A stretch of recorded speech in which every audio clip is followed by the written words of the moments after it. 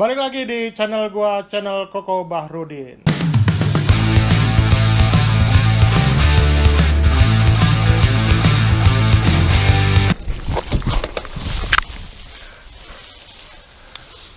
Selamat sore, ketemu lagi dengan gua. Kali ini gua pengen bahas tentang yang namanya sepeda mahal, gitu kan. Banyak orang bertanya-tanya kenapa sih harga sepeda itu mahal gitu kan. Sepeda tetap aja digoes, tetap aja capek gitu kan. Nah, gua akan coba jelasin di sini kenapa beberapa sepeda itu, banyak sepeda bukan beberapa, yang harganya sangat mahal gitu. Yang pertama adalah kelas dari sepeda tersebut gitu. Gua selalu menganalogikan sepeda ini sama dengan sepeda motor gitu. Nah, contoh misalnya sepeda motor itu ada namanya misalnya merek Honda lah, kita sebut Honda Beat gitu kan, dengan range harga 10-15 juta misalnya gitu kan. Lalu ada Honda Vario yang kisaran antara 20-30 juta. Lalu ada Honda CBR yang lebih mahal lagi. Lalu ada Honda yang lain misalnya. Nah, itu juga sama terjadi di sepeda gitu. Jadi sepeda pun punya kelasnya masing-masing untuk di setiap harganya. Kelas tersebut juga akan berpengaruh kepada feel berkendaranya.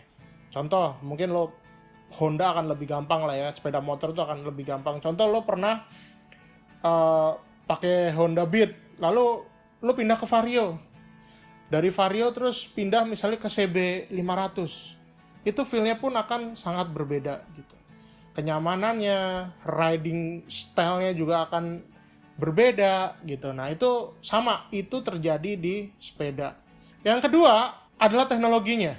Harga mahal itu juga berpengaruh kepada teknologi yang diemban oleh setiap sepeda tersebut gitu.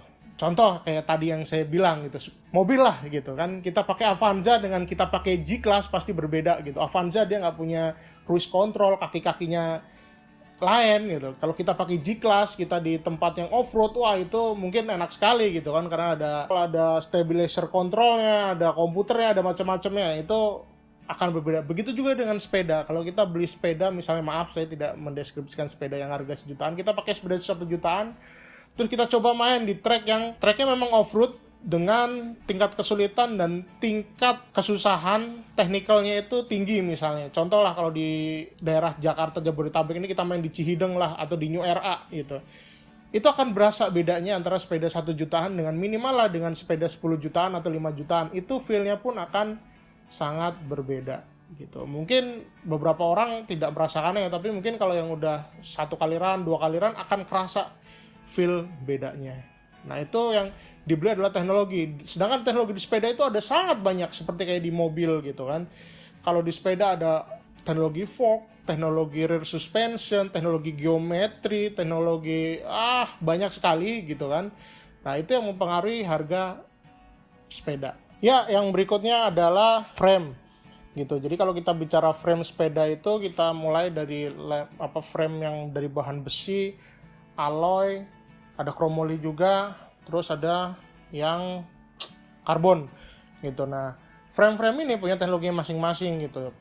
Yang mereka cari adalah sebetulnya adalah kelenturan si frame tersebut ketika menghajar obstacle, biasanya kalau kita bicara di MTB gitu. Jadi dia lentur, maksudnya lenturnya tetap nggak kerasa ya bagi kita ya, tapi dia lentur tapi dia tetap kuat gitu, jadi tetap dia bisa balik ke bentuk semula. Nah, tingkatannya selalu dari besi yang benar-benar kaku, lalu ada alloy yang lumayan, lalu berikutnya adalah karbon gitu. Nah, pemilihan dari frame tersebut, teknologi dari frame tersebut terus berkembang juga. Ada kayak di alloy ada single butted, ada double butted, ada triple butted. Nah, itu akan mempengaruhi kualitas dari frame tersebut. Biasanya sih kalau frame ini yang kita incar adalah memang sebagai pesepeda adalah ringannya. Semakin enteng maka handlingnya biasanya akan semakin ringan kita gitu. Atau ada beberapa orang juga yang suka dengan handling yang agak berat. Jadi alloy itu masih menjadi banyak pilihan orang karena harga murah tapi reliable juga gitu. Tidak melepas juga tentang karbon gitu. Nah, karbon ini harganya sangat mahal karena beberapa frame karbon ini dibuat secara handmade gitu. Jadi pakai carbon fiber, di press, lalu pokoknya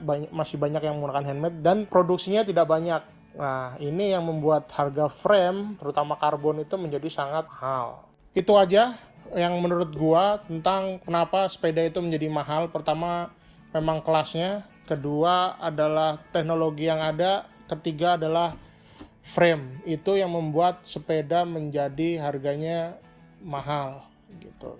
Lalu saya kembalikan kepada kalian untuk memilih sepeda-sepeda mana aja yang cocok terhadap trek yang akan kalian lalui. Kalian tidak perlu membeli sepeda dengan harga yang semahal itu, tapi sesuaikan dengan budget dan trek yang akan Anda lalui gitu. Jadi gak ada dikotomi yang namanya sepeda itu mahal, murah itu, tapi sesuaikan dengan trek yang ada. Oke, terima kasih udah nonton video gua. Kalau lo memang suka, lo bisa klik tombol like-nya. Jangan lupa, gue ingetin lagi, sekali lagi, lo klik tombol subscribe dan tombol loncengnya supaya gua semangat untuk terus membagi ilmu gua dan nge-share video tentang persepedaan. Sampai ketemu di video gua berikutnya.